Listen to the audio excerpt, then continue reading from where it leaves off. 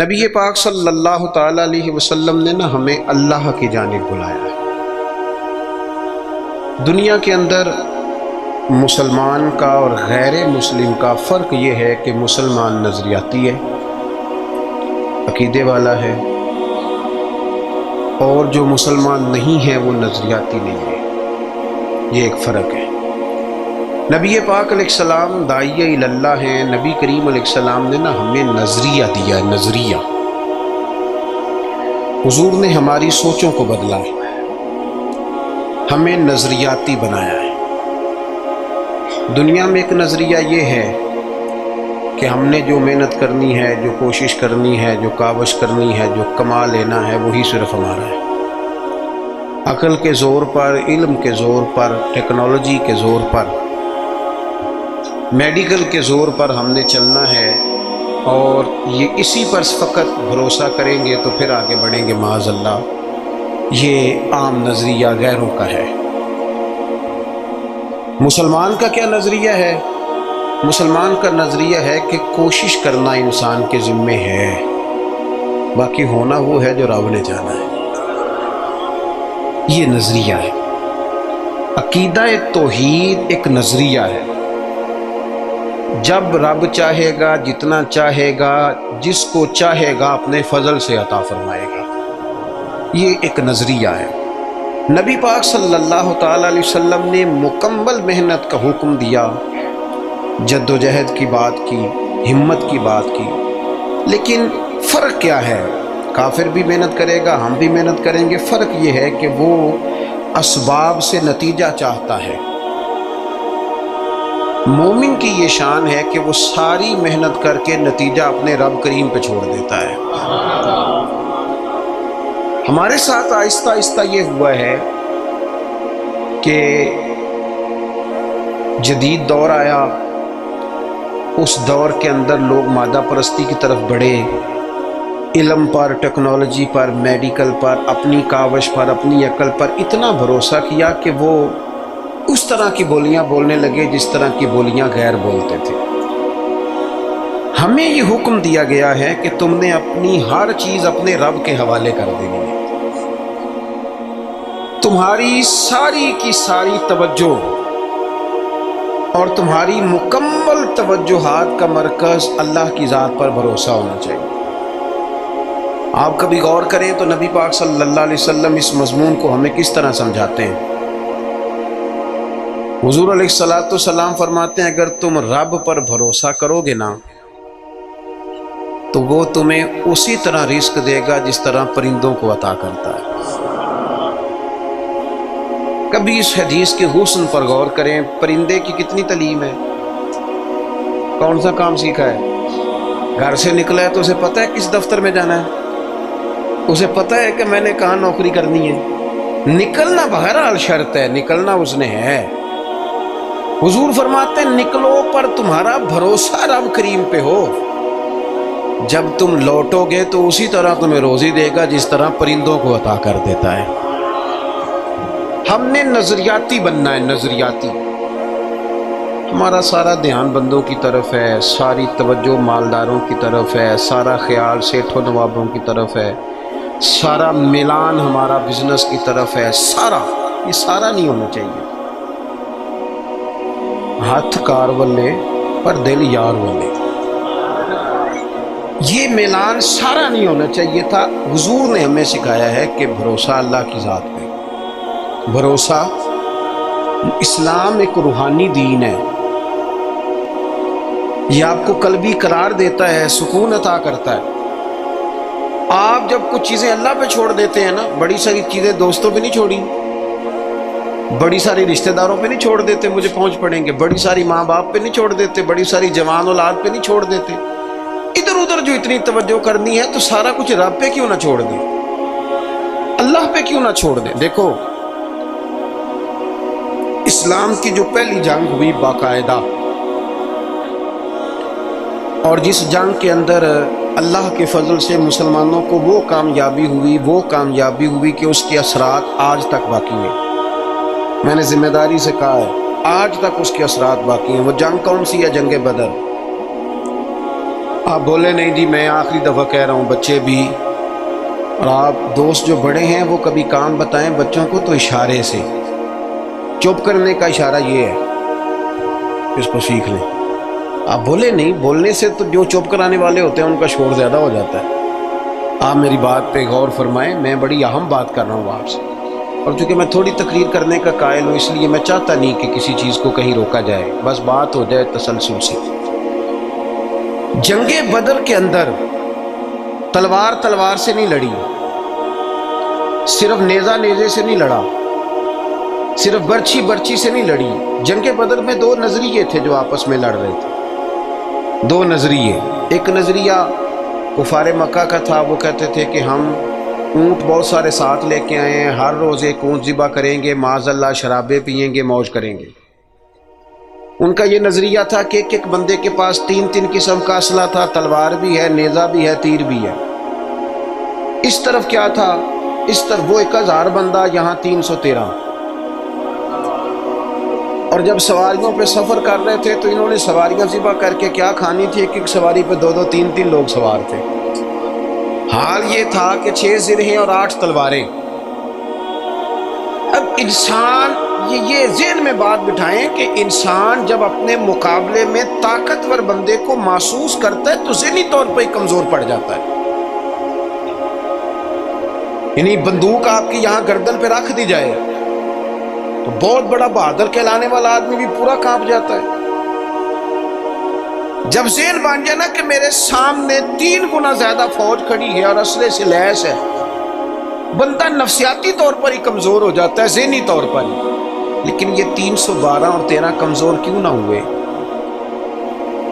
یہ گھبرائے کیوں نہ؟ جب ابو جہل نے رات کو بندے بھیجے نا، اس نے کہا جاؤ جا کے پتہ کر کے آؤ مسلمان کتنے ہیں، تو جاسوس نے جا کے کہا کہ جناب وہ 313 ہیں، اتنا تھوڑا سا اسلحہ ہے، تھوڑی سی سواریاں ہیں۔ تو ابو جہل کہنے لگا ان سے لڑائی کیا کرنی ہے، انہیں صبح نا گھوڑوں کی اونٹوں کی پشتوں پہ باندھ کے مکے لے جائیں گے۔ یہ خوش فہمی دیکھو، یہ منہ اور مسور کی دال، وہاں لے جائیں گے اور لے جا کے نا وہاں ان سے بات کریں گے۔ تو وہ جو جاسوس تھا نا وہی بول پڑا، کہنے لگا سردار پوری تو سن لے بات۔ اس نے کہا پوری بات کیا ہے؟ کہا پوری بات یہ ہے کہ ہیں 313 پر سب کا شہید ہونے کا ارادہ ہے، کشتیاں جلا کے آئے ہیں، بندہ کمزور پڑنے والا ایک بھی نہیں۔ اب نظریہ لڑا، نظریہ کیا تھا کہ حضور نے فرمایا تھا میرے رب کا وعدہ ہے وہ تمہاری مدد کرے گا، اور پھر وَلَقَدْ نَصَرَكُمُ اللَّهُ بِبَدْرٍ وَأَنْتُمْ أَذِلَّةٌ، اللہ نے مدد کی۔ اللہ فرماتا ہے میں نے تمہاری مدد کی میدان بدر میں، وَأَنْتُمْ أَذِلَّةٌ، تم تو کمزور تھے۔ نظریہ لڑا، تلواریں ہار گئیں، تیر ہار گئے، نیزے ہار گئے، برچھیاں ہار گئیں، اور رسول اللہ نے جو نظریہ دیا تھا وہ نظریہ جیت گیا، بھروسے والے لوگ جیت گئے۔ جب تک مسلمان، میں بڑے درد سے کہتا ہوں ہمارے گھروں میں سیاست چلتی ہے، بچے میری مٹھی میں رہیں، سسرال والے میری مٹھی میں رہیں، محلے والے میری مٹھی میں رہیں، برادری والے میری کو نہیں رہتے میاں یہ مٹھی چھٹی میں، کوئی نہیں رہتا۔ مجھے ایک بزرگ کہنے لگے 5 بچے ہیں ایک بھی نہیں سنتے، تو میں نے کہا بابا جی اتنی مجبوری کیا ہے بچوں کو سنانے کی؟ آپ نے جو سنانا ہے رب کو سنائیں، جتنی دیر ان پر دھیان کرنا ہے اتنے نفل بڑھا دیں، ان کو موج کرنے دیں۔ آپ کتنا کو انہیں قائل کریں گے اور کتنا کو مائل کریں گے، یہ تو اسی طرح کا سلسلہ ہے۔ جتنی سیاست ہم لڑاتے ہیں نا لوگوں کو سیٹ کرنے میں، اگر اس سے آدھا وقت بھی اپنے رب کو راضی کرنے میں لگائیں تو رب راضی ہو جائے تو لوگوں کے دلوں میں محبت پیدا فرما دیا کرتا ہے۔ نظریاتی بنے، توجہ، اتنی بندوں پہ توجہ کرنا، اتنی سیاست کرنا، اپنے آپ کو ہر وقت لوگوں میں گڈ بک میں، کوئی ضروری ہے کہ سارے لوگ ہمیں اچھا ہی کہیں؟ کوئی ضروری ہے؟ کوئی ضروری نہیں۔ کوئی ضروری ہے کہ ہر وقت آپ یہی کہیں کہ ہر کونے سے میری تعریف ہی اٹھے؟ کوئی ضروری نہیں میرے بھائی۔ نظریاتی ہو جائے، توجہ اللہ رسول کی جانب، توجہ اللہ والوں کی جانب۔ باقی یہ دنیا کی سیاست اس میں تھوڑی کمی بلائیں۔ دیکھیں رسول پاک صلی اللہ علیہ وسلم نظریہ کیا دیتے ہیں، ایک جنگ سے واپسی ہے، حضور آرام کر رہے ہیں، صحابہ تھوڑا سا ہٹ کے ادبن دور ہو کے لیٹ گئے،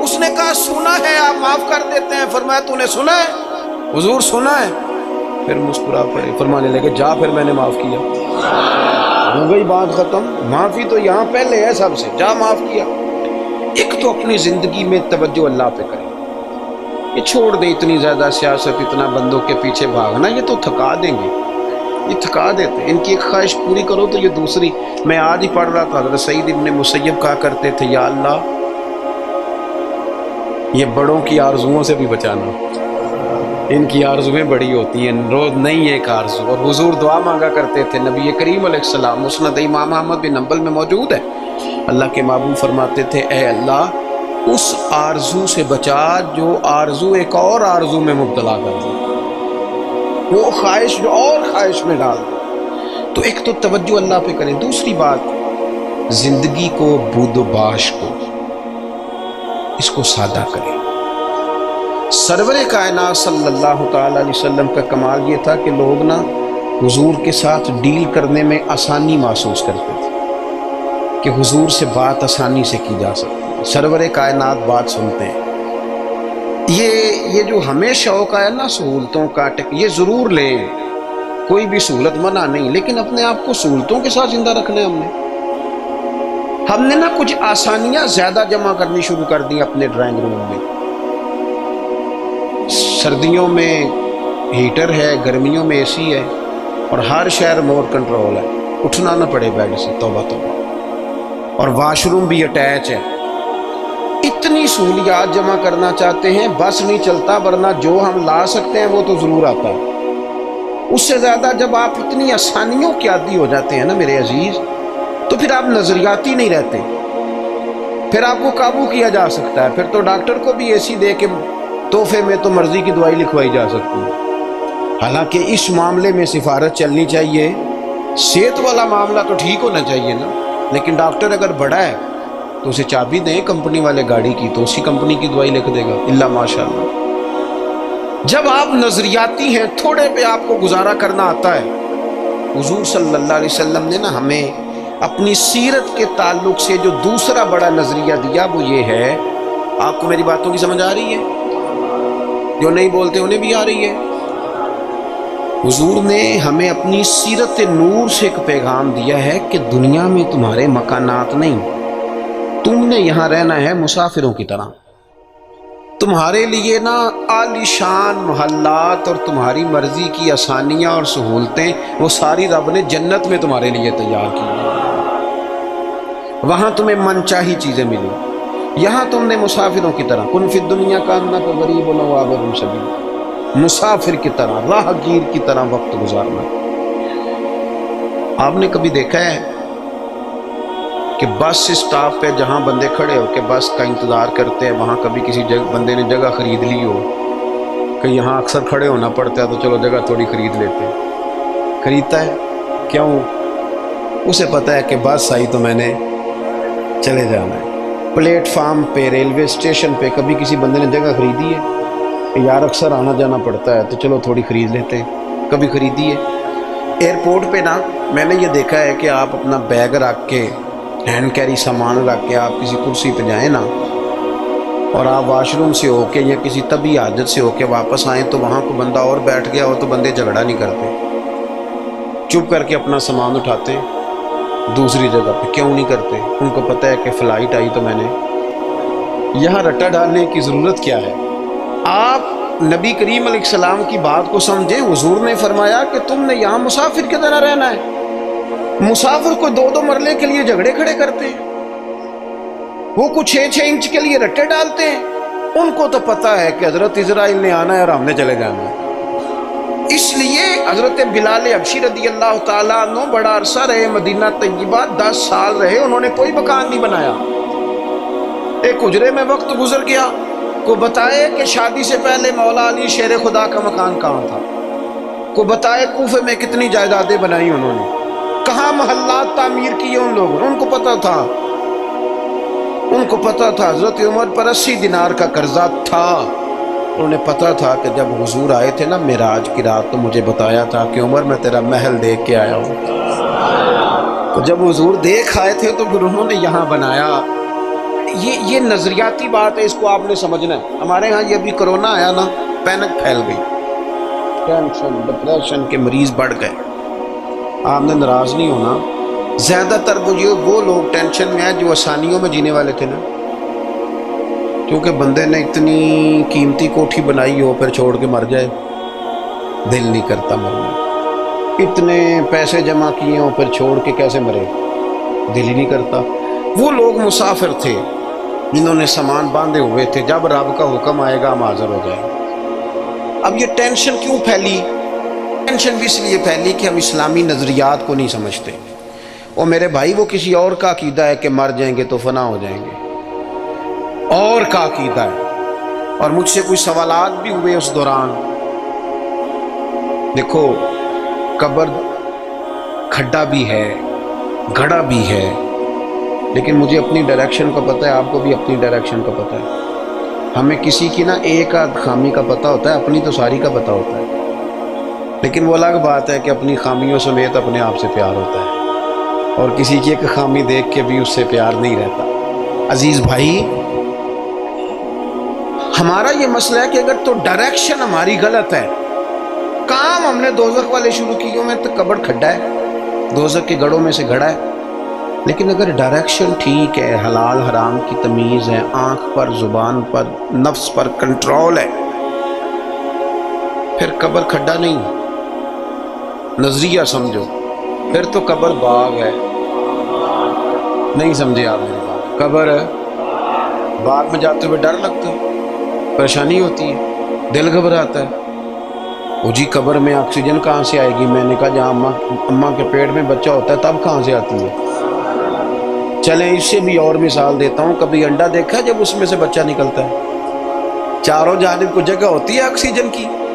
یہ جو بڑے عقل مند لوگ ہیں یہاں سوال کھڑے کرتے ہیں، ان سے پوچھو کہ بچہ تندرست بھی نکلتا ہے انڈے سے اور سونا بھی نکلتا ہے، تو جس رب نے وہاں اسے سنبھال کے رکھا نا، پیاری جلد بنائی، وہ قبر میں بھی تیری بڑی حفاظت فرمائے گا، بڑی حفاظت فرمائے گا۔ بارت شاہ نہیں مردے جنہ کیتیاں نیک کمائیاں نے، نالے عرش فرشتے بانگاں ملیاں، مکے پہ گیا شور، بلے شاہ آسان نہیں مرنا ہے تے مار گیا ہی کوئی اور، تو کوئی اور۔ یہ کیا اقبال بھی کہتے ہیں، موت کو سمجھے ہیں غافل اختتام زندگی، یہ ہے شام زندگی پھر صبح دوام زندگی۔ قبر باغ ہے، باغ۔ ایک وہ ہے کہ خوف ہے قبر میں کیسے جائیں گے، وہاں کیا بنے گا، بستر کوئی نہیں، ٹھنڈ بڑی ہے، وہاں کیسے گزارا۔ ایک یہ ہے کہ وہ باغ ہے، باغ بھی عام نہیں، روضۃ من ریاض الجنہ، جنت کے باغوں میں سے باغ، اور باغ عام نہیں جس کے نیچے نہریں رواں ہیں، اور باغ اتنی شانوں والا ہے کہ پہلی آنکھ کھلے گی تو زیارت چہرہ بددعا کی نصیب ہوگی۔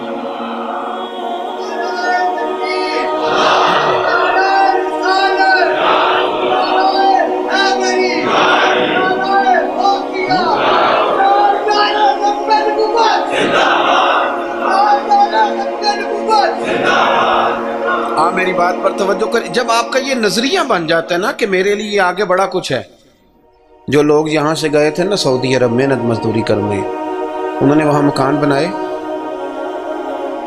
میں نے دیکھا ہے کہ جس نے جو گیا تھا نا 35 سال پہلے جو کمبل خریدا تھا، واپس آنے تک وہی کمبل ہے، اور وہاں بیٹھ کے اس کو پتہ ہے نا میرا گھر پاکستان میں ہے، تو یہاں وہ ٹائلیں بھی لگواتا ہے، حالانکہ آ کے سال میں رہنا 15 دن ہے، 20 دن ہے، ٹائلیں بھی لگوا رہا ہے، تیاریاں، کیوں کہ ذہن بن گیا میرا اصل گھر ہے۔ یہ حضور ہمیں سوچ دیتے ہیں کہ تمہارا اصل گھر جنت میں۔ اسی پنجابی چ ایک لفظ بول رہے ہیں، تم کدے سوچیا بھی نہیں ہوگے گا، بولتے ہیں نا جی، اس کا معنی کیا ہے کہ تیری سوچ سے، تیرے ادراک سے ماوراء بات کر رہا ہوں۔ حضور کیا فرماتے ہیں؟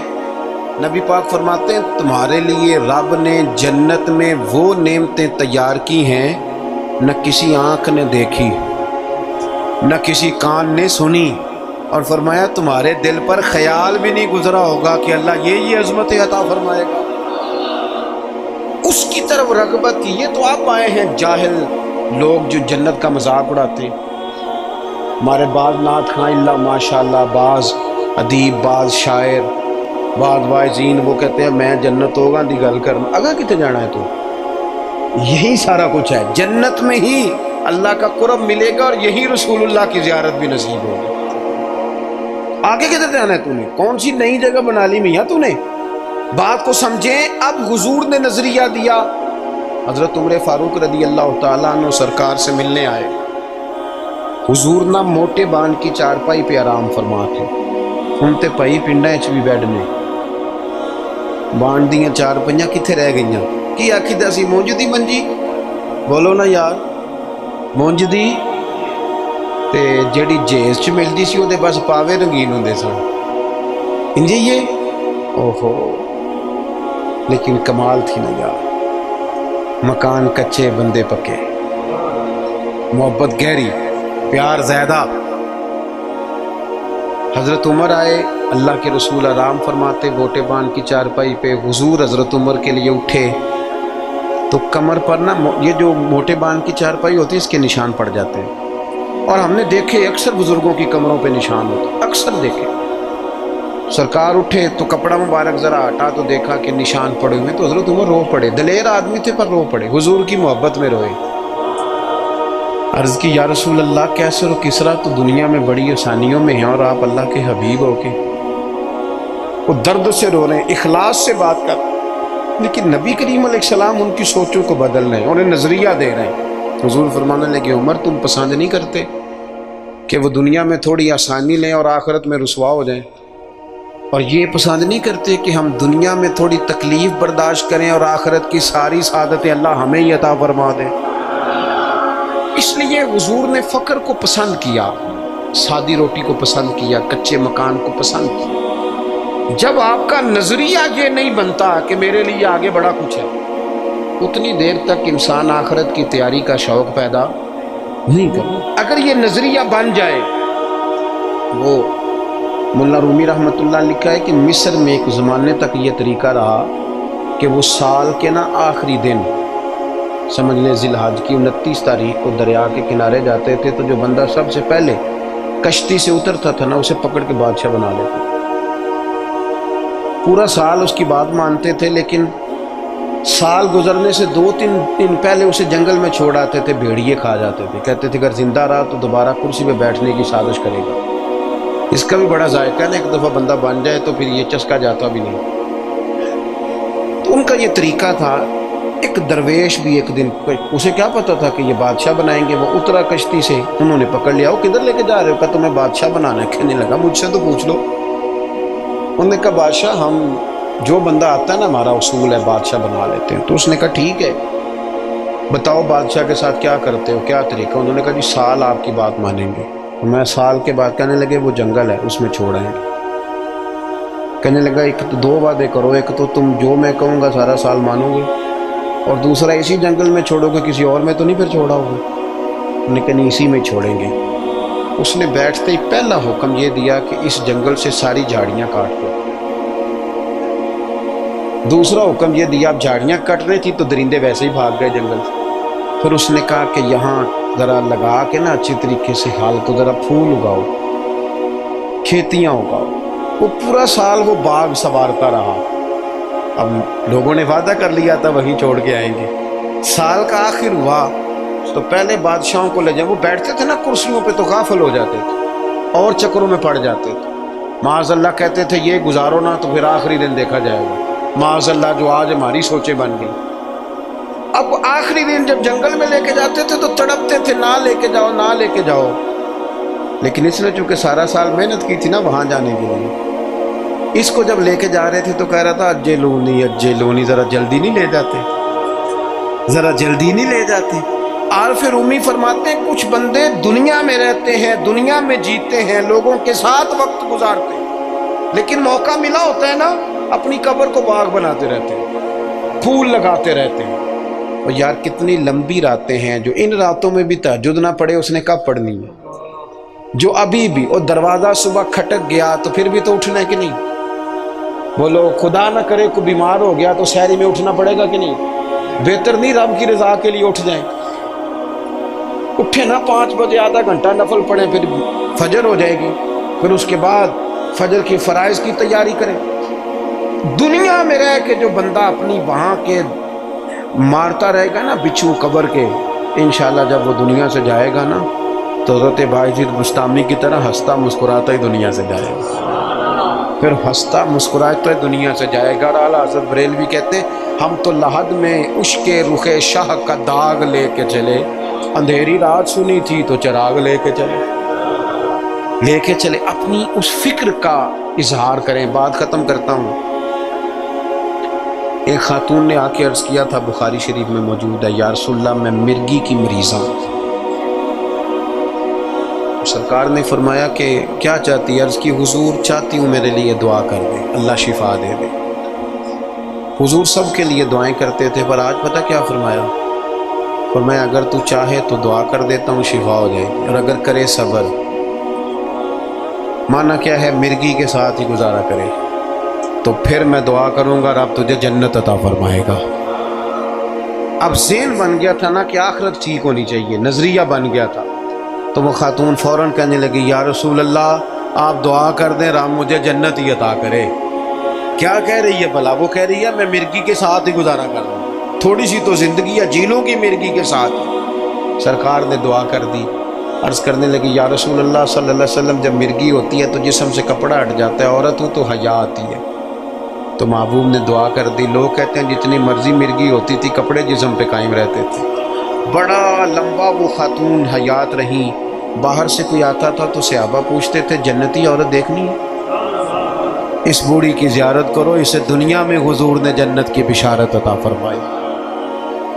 اپنی زندگی کے اندر دو باتیں میں نے آج جو حضور نے ہمیں سکھائی ہیں وہ آج اس اجتماع میں آپ کی خدمت میں عرض کی ہیں۔ دو، ایک تو بھروسہ اللہ پہ کرنا ہے، وہ چیڑیں رب پہ چھوڑ کے دیکھیں کرم ہو جائے، اور دوسری بات یہ کہ رہیں دنیا میں لیکن تیاری آخرت کی کریں۔ اصل گھر یہ میاں محمد بخش صاحب رحمۃ اللہ علیہ کو ایک بندہ لے گیا ٹانگے پہ بٹھا کے اپنے گھر، بڑی دیر سے کہہ رہا تھا حضور دعوت قبول کر لیں، تو وہ رستے سارے بتاتا گیا یہ زمین بھی میری ہے، یہ بھی میری ہے، یہ بھی میری ہے، یہ بھی میری ہے، تو بتاتا گیا۔ اللہ والوں پہ دولتوں کا اثر کوئی نہیں ہوتا، تو وہ نہ جب وہ زیادہ ہی اوور ہو گیا، زیادہ ہی کہانیاں سنائی، وہ بھی خوہ ساڈا تے وہ بھی میل ساڈی ہوتی ہے نا طبیعت، تو میاں صاحب رحمۃ اللہ علیہ کہنے لگے بیلیا بس کر، اے تیرے تو پہلا کی دی سی؟ اس نے کہا جی فلانے کی۔ فرمانے لگے تیرے بعد کس کی ہوگی؟ وہ چپ کر گیا، تو فرمانے لگے دانش منداں دا کم ناہی، دل دنیا تے لانا، اس ووٹی تے لکھ خامد کیتے تے جو کیتا سو کھانا۔ یہ تو بڑے خامد کرتی ہے، آج کوئی مالک تھا اور کل کوئی اور مالک ہوگا۔ ہم تو اصل وارث اس جگہ کے ہیں جو رب رسول جنت میں اپنے فضل سے عطا کریں گے، اس طرف توجہ کریں۔ اللہ آپ کو بہت سی برکتیں دے۔ میں نے اجازت لینی ہے چونکہ میرا سفر ہے، اور آج کل آپ کو پتہ ہے یہ دھند کا بھی مسئلہ ہے، راستے بھی تھوڑے سے اسی طرح